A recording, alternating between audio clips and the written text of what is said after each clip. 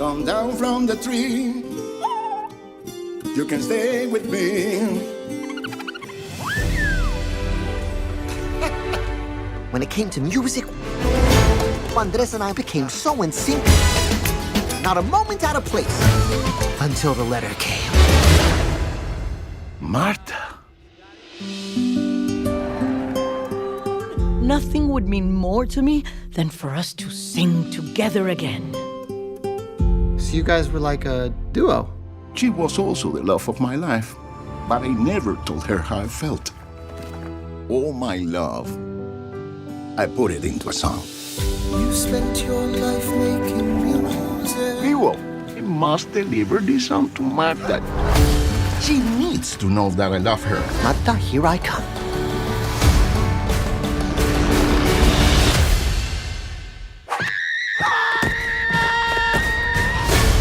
Martha needs to hear this song, and I'm gonna get you there. Get in my bag.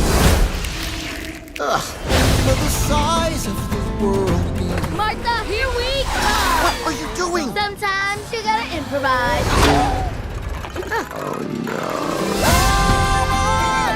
Unbreakable bonds, that's what we got.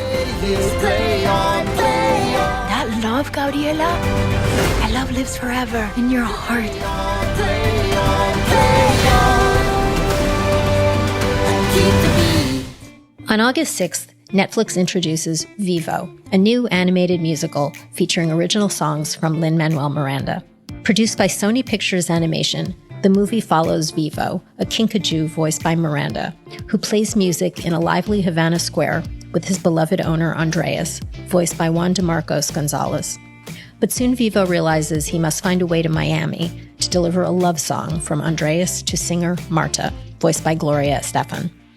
In this episode of Behind the Screen, we're joined by director Kirk D'Amico, who also co-wrote the screenplay with Chiara Alegria Hudes.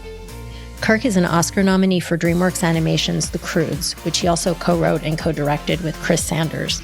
In this conversation, he talked about the making of Vivo, including working with legendary cinematographer Roger Deakins as visual consultant. He also previewed a couple of the new songs from the musical. I'm Carolyn Giardina. Welcome to the Hollywood Reporters Behind the Screen.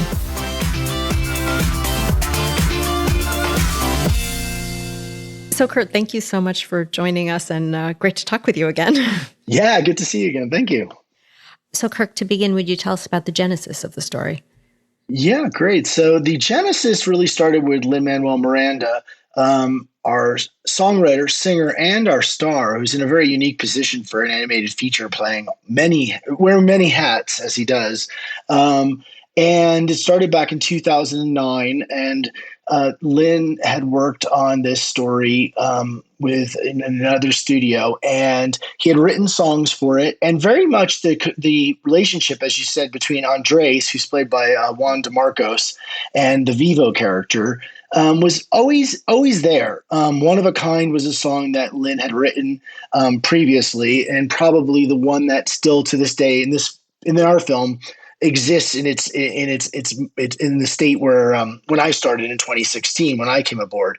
But that song, the genesis of it for Lin, I believe, and was the idea that in One of a Kind, this sort of relationship between this man and this animal. He's a street busker working for money, a musician, and the idea that these two are partners, they're a duo, they're a musical act, they're best friends, they're father-son, and they do, 20 shows a day, 7 days a week, every year.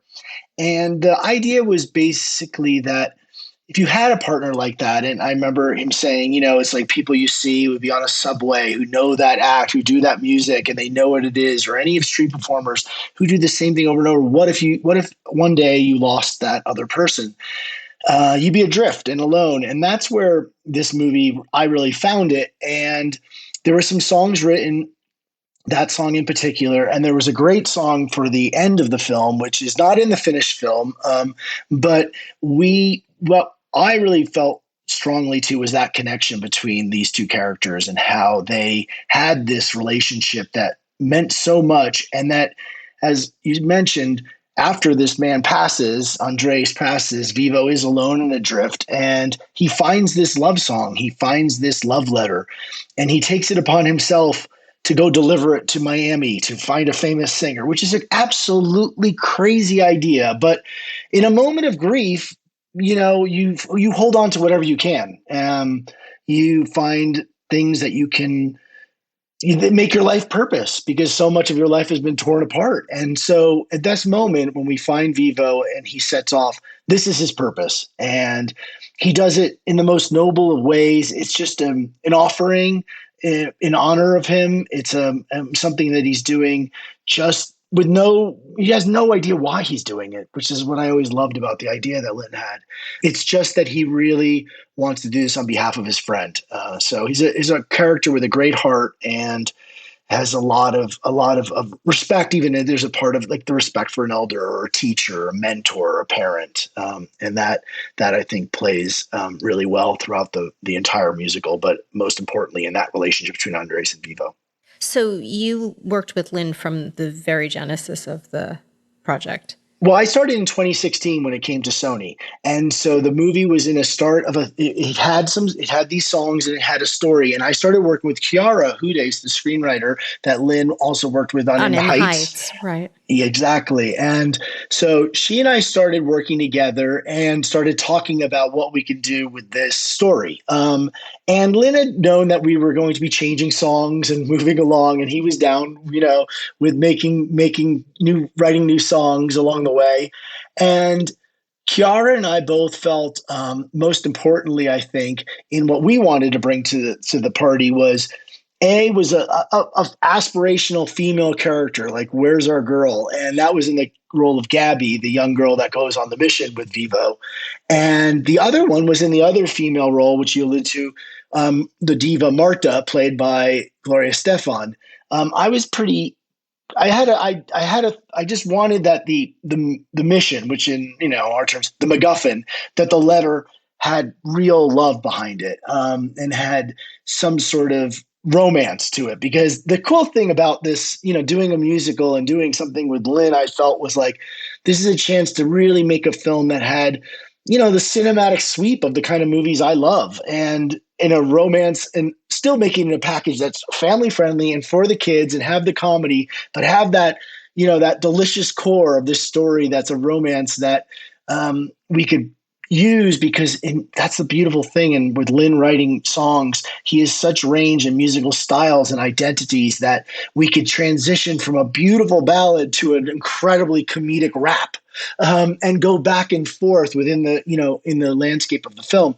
So those were two big things that we took on as our little missions, Chiara and I, and then with my co-director Brandon Jeffords and the producers and Sony Animation. So that's where the start, and then the second act and third act built almost completely new. It's all new pavement from that very beginning song until the very end, basically.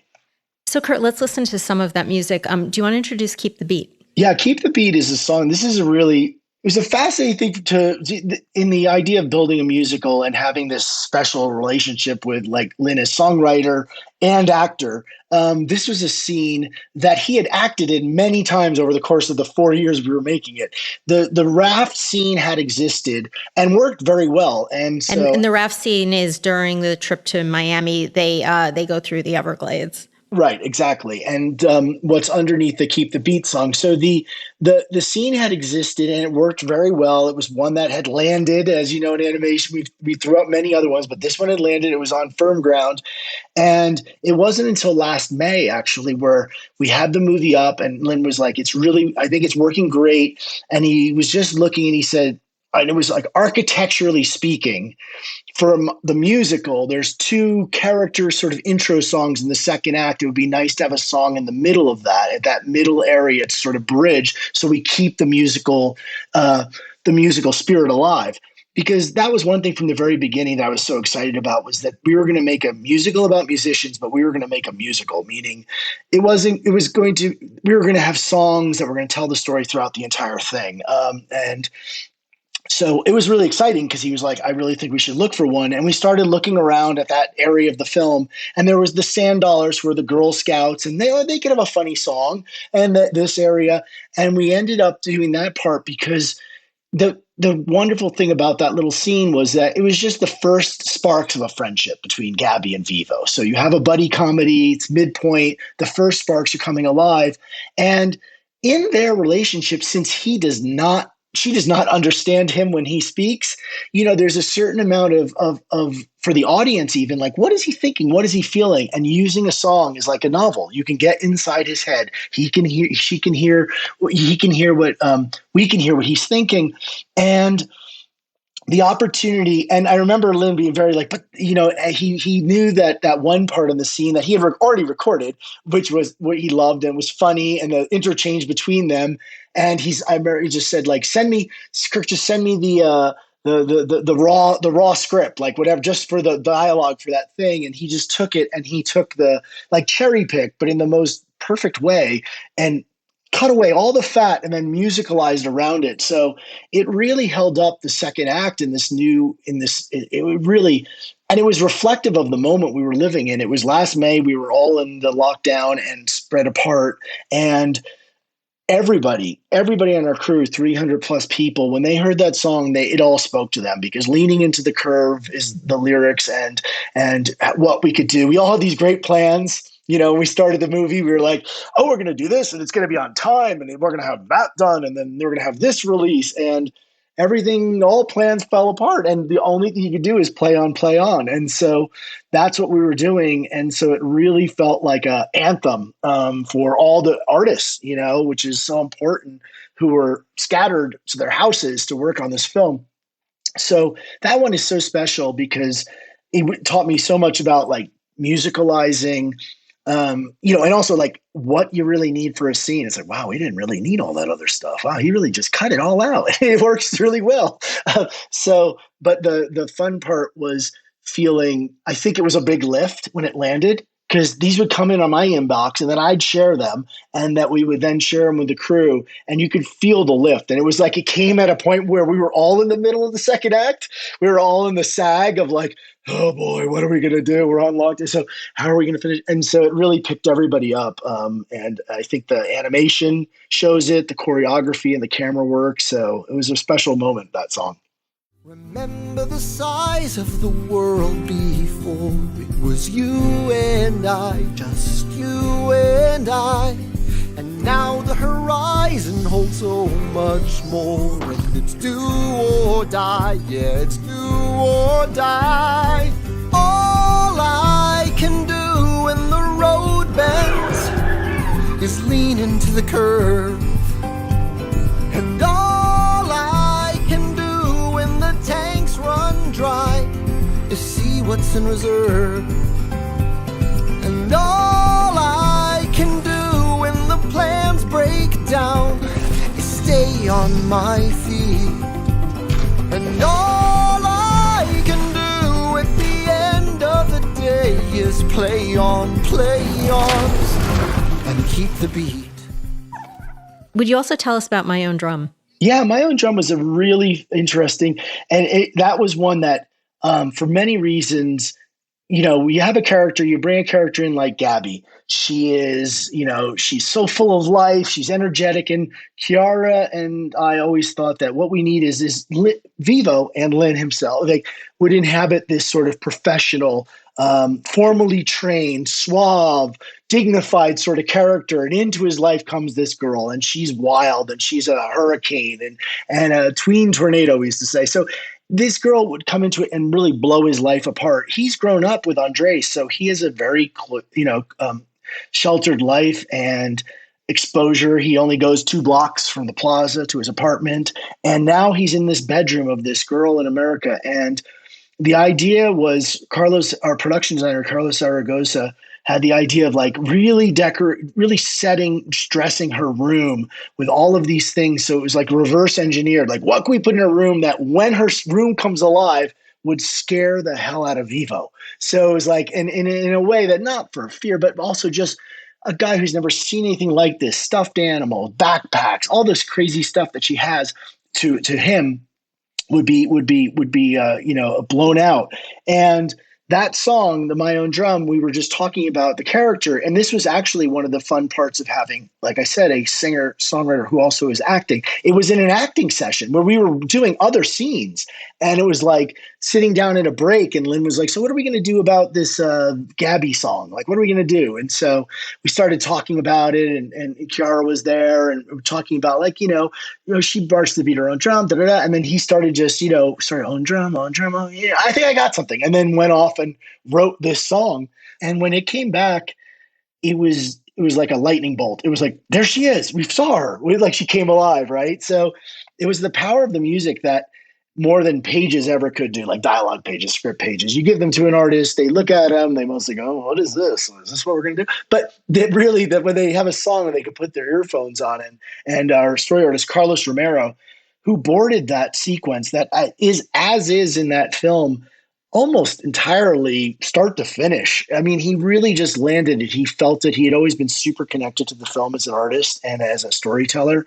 And he was able to board that sequence, and it blew us all away. It was just like, there, wow, it's there. And then the visual effects guys were just like, oh, give it to us, please, let us have it. They were chomping at the bit and stuff. And the camera, our layout crew was like, we want that one. Everybody wanted to work on that song. We're like, well, just maybe it takes a second. Let's make sure we got it right. But sure enough, he really did it. And once they got in there and started adding the motion graphics and doing all the stuff, it just blew us all away. Let's listen to a clip.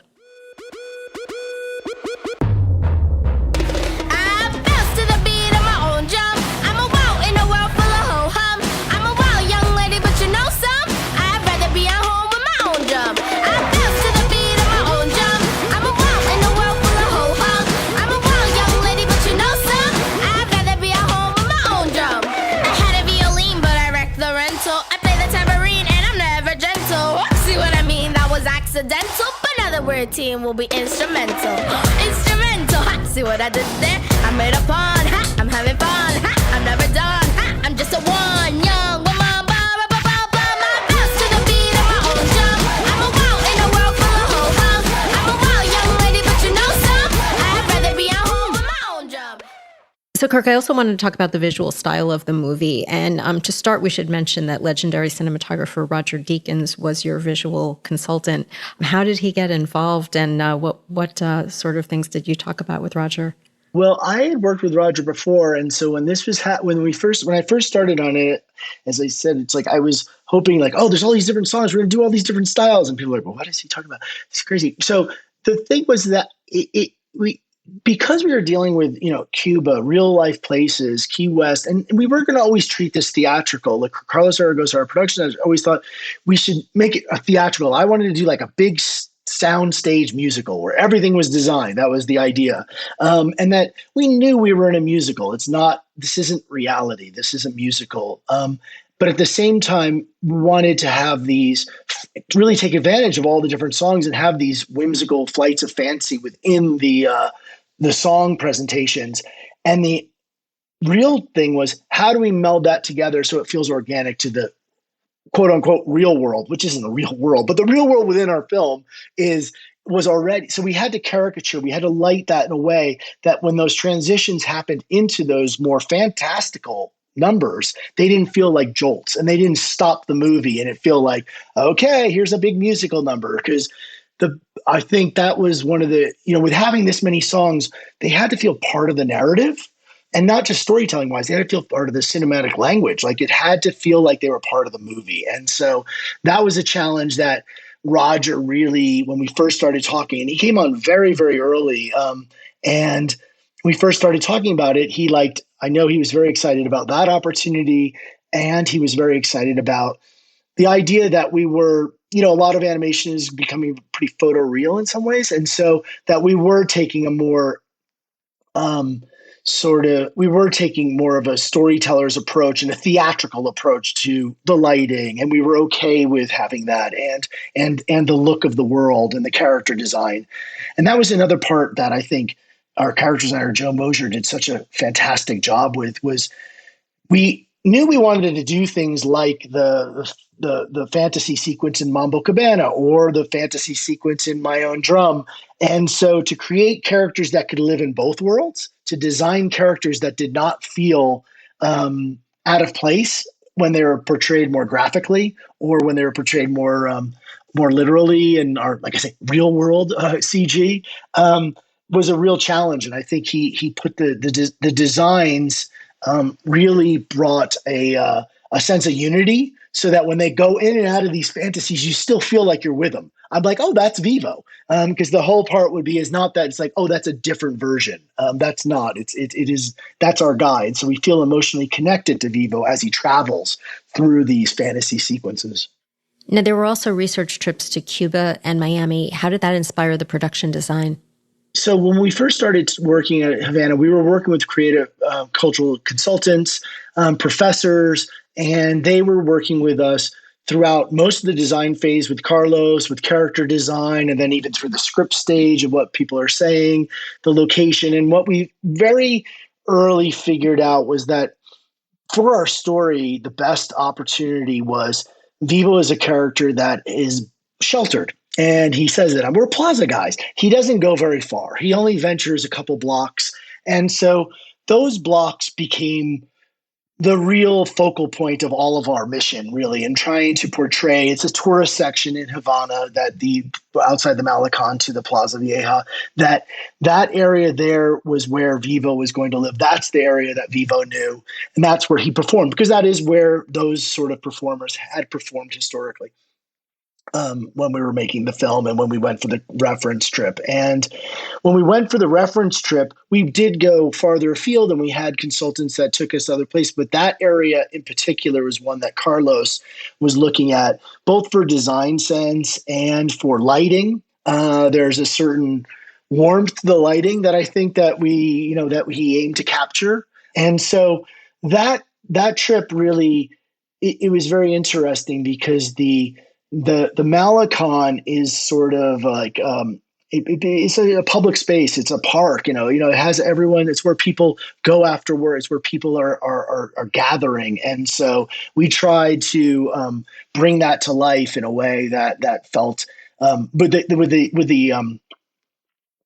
even in the sort of the way we had the cars portrayed, because there's the traditional cars, like the classic American cars that you would see, but that's not all that is there. So we had more of the more boxy sort of modern cars, and even in the opportunity for people to be walking through and walking around and sort of the difference in the clothes. And so it was really cool in the outdoor barbershop, which we saw. So there were so many things that I think Carlos could speak to, and he took so many great photos. Even though I was there, it was like when watching his photos later is like, you really got a sense of what we were trying to portray. And then working with the consultants, constantly going back and forth within pretty fine detail of many things, and then dialogue wise, trying to get the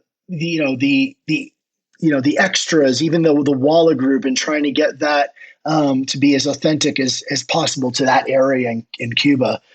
So it was really it was a tremendous opportunity for us, because the music was something that we were always trying to say. And we were so lucky from the very beginning, because I had the idea, like, we're going to cast musicians. And so our casting director was like, I have a musician. He's Afro-Cuban and he was in Buena Vista Social Club. I'm like, are you what? This is amazing. And so Juan DeMarcos, who plays Andres, we recorded with him many times, and he was born not far from where this takes place. And he grew up there and played music, and he was the man. He was the literal man who went around and found every single one of those artists who was in Buena Vista Social Club. He knew where they lived and he got them together. It's an amazing story, and he's an amazing man. And so we used to have things even in a recording session. He'd be like, this is the way I would say it. This is the way. So it was a very interesting, because it's not just saying, hey, I'm saying this as a Cuban. He's like, he's a Cuban musician and he is who he is. He's such a great personality. So that was an opportunity that you can't even learn about that, right? That is just something we were just given by getting to know him. And so, yeah, that was really the exciting part of that. And then Miami was different because Miami Which had was such a bold look. yeah, well, we knew that there was gonna be these four visual resets. We're going from Havana, the warms, and then into Key West with a blown out lighting and the kitschy decor, which is the fun of what Key West is, and then in through the Everglades, which is absolutely beautiful. But for Vivo, we wanted it obviously to play up a little bit of the fears. He might still be an animal, but he's raised in a human environment in a city, big city. So, and then into Miami. So the idea was, how do we make this going into Oz? And so combining sort of the Art Deco and then plastering the skyscrapers right next to it is a artistic, we took a little license there. But the idea that, this place would have this sort of effect over him, and that the whole city would be, what our goal was, that the whole city would feel musical. So that ride into Miami was, and Carlos and his team and Andy Harkness, our art director, Wendell, our art director, all had these great ideas for the LED kind of lights, the screens that would go by, and making everything rhythmic throughout the design. And then the camera work done by Roger and Young Duck John, our director of photography. And then we should talk about Vivo's look. Would you describe the character design? How close is his final look to where you started? Oh, well, the thing about Vivo was Joe Mosier, who's a great character designer, was, very inspired by like the Fred Astaire's of the world. So there was a certain amount of like looking at videos of kinkajous climbing on people's shoulders and then making these beautiful lines to make it look like Fred Astaire, because we're like, he's got to dance and he's got to look elegant and suave and well studied. It was part of his character too, because the hat is a little bit of a nod to the old, but it's a style. He has a little swagger, and he's got because what we wanted to do is take all of that and throw him through the washing machine and as he's going on this journey. So the idea of who he had a certain sense of panache, which I wouldn't look at a real kinkajou and think panache, but I think Joe has managed to embody that in this character. And then the animation done by Kevin Webb and all the animators up in Vancouver, which constantly amazed. And we had this incredible choreographer named Calvert Hodge, who really did a lot of I would say one of a kind in particular. He did so much of this amazing choreography that was a visual reference for all of the movement for the human characters, but even the positions of where Vivo would be and how he would act. It was really a giant help, and all the background characters, again, it's trying to dance, giving those animators reference that had authenticity and had the style that we wanted out of that area. And then how did Gloria Estefan get involved? It was a dream. It was a dream to have Gloria Estefan, and I actually ran into her completely on a side thing. I was in New York City going to the premiere of Moulin Rouge, the musical, because my former boss and friend produced it. And she was in the lobby. And I was like, there she is. That's Marta. She. And so I just I was just like a autograph hound, I think. I was just like, hello. I just stuck my hand out. Well, hello, my name is Kirk and I'm making the movie. Lin-Manuel Miranda. And so she was so delightful, and she was like so warm and nice, and so like, I'm interested. And so we reached out after that and had to go, through things. And she read the script and she looked at the design and she heard the song. She did all the things that were, and then we're so grateful that she said yes, because I can't begin to like imagine that's one of these things where it's like the lesson of the movie of, making plans, but then rolling with the punches and leaning into the curve, which was the plan was to have have Gloria in that march role. Kiara and I always talked about that. Obviously, you can see from the way it was written and stuff, the idea of who it could be. But the fact that, it starts with Juan DeMarcos and the songs end with Gloria singing Inside Your Heart at the very end in this, love song. I think it was such a special opportunity. And it was the first when we recorded that song, Alex Lackamore, our composer, we went down to Miami to her home studio, her studio that she has, and she recorded the song, and then we did the first round of the vocal recordings, and that was the last trip we took before the lockdowns. It was like we got in, and it was late January, early February, and then it felt like 2 minutes after that, honestly, that we were all at home. So it was an opportune moment that we got to have. That we got to spend time with her and watch her work, because watching her work with Alex over the course of many hours and the full day of building that song is pretty magical and a very special thing. And it was special for Alex as well. So we were all pretty delighted that we got to enjoy that moment. Well, Vivo drops tomorrow on Netflix. Anything else you'd like to share before we wrap? Yeah, no, I'm super excited, because then when we were talking about this movie for so many years, the idea that it's on Netflix where people can watch safely at home, and I hope that, like with my 8-year-olds, that a song could be rewound or a moment could be replayed, because the music, there's so much great music that Lynn and Alex have created throughout this, that I hope it can be. It will encourage listening to this type of music, opening their eyes to a new eyes and ears to a new sound. So can't wait for people to see it. This was your first musical, wasn't it? It was, yes. What did you find most challenging? The most challenging thing, I think it was challenging.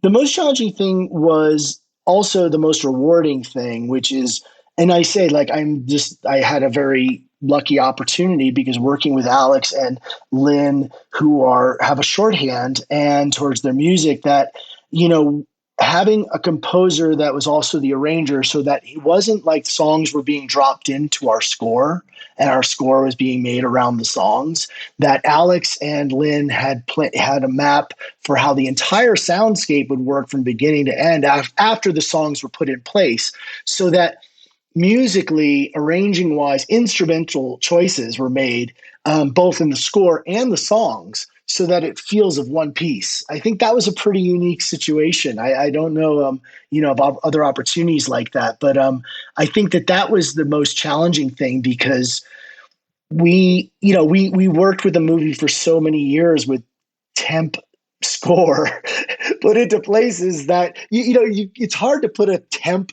song where a song goes. That's, we've always done it with like some score bits, but that's a whole nother story. You're like, insert amazing Lin-Manuel Miranda song here, and you're just like hoping everyone's like, all right, I'm supposed to just imagine that? You're like, yeah, just go with it, make believe, so you're doing these screenings and you're like, it's a heartbreaking love ballad sung by Gloria Estefan. Just imagine that. Like, it's hard for people to take on board, but thankfully Sony Animation and everybody believed in it enough, because it was the years that we had nothing in those spots were sort of like droughts. There were these moments where it's like, heartbreak here. Okay, so sure. And so it really, that was one thing that I think was the challenge in animation is just living with the product and living with the adolescent stages of a animated feature